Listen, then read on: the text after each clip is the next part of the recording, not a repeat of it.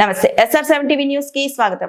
Polytechnic ground లో ఘనంగా వేడుకలు. వనపర్తి జిల్లాలో 77వ గణతంత్ర దినోత్సవాన్ని పురస్కరించుకుని జిల్లా కేంద్రంలోని రాజబంగ్లా పాలిటెక్నిక్ గ్రౌండ్ లో ఘనంగా వేడుకలు నిర్వహించారు.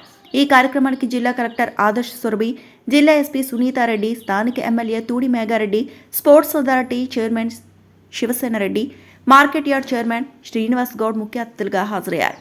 జాతీయ పతాకాన్ని ఘనంగా ఆవిష్కరించిన అనంతరం దేశ స్వాతంత్ర సమరయోధుల త్యాగాలను స్మరించారు. ఈ కార్యక్రమంలో స్కూల్ విద్యార్థులు నిర్వహించిన సాంస్కృతిక నృత్యాలు ప్రేక్షకులను విశేషంగా ఆకట్టుకున్నాయి. అలాగే పోలీస్ శాఖ ఆధ్వర్యంలో నిర్వహించిన పెరేడ్ వేడుకలకు ప్రత్యేక శోభను తీసుకొచ్చింది. 77వ గణతంత్ర దినోత్సవాన్ని పురస్కరించుకొని వివిధ రంగాల్లో ప్రతిభ కనబరిచిన వారికి బహుమతులు కూడా అందజేశారు.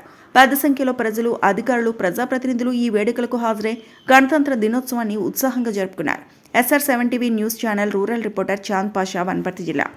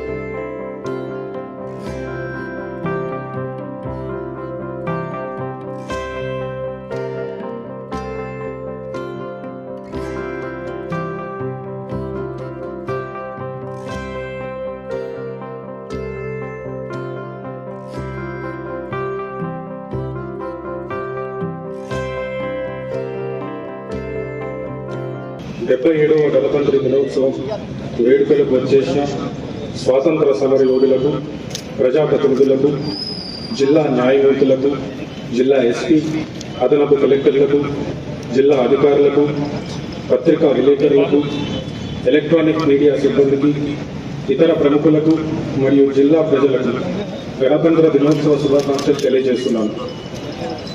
దేశ రాజ్యాంగాన్ని రూపొందించుటకు 1947 ఆగస్టు 28న ఏర్పాటు చేసిన రాజ్యాంగ నిర్మాణ కమిటీకి అధ్యక్షునిగా డాక్టర్ బాబాసాహెబ్ అంబేద్కర్ బాధ్యతలు చేపట్టారు. దాదాపు 2 సంవత్సరాల పాటు 308 మంది సభ్యులు విపులంగా చర్చించి సవరణలు చేసి భారత రాజ్యాంగాన్ని తయారు చేశారు.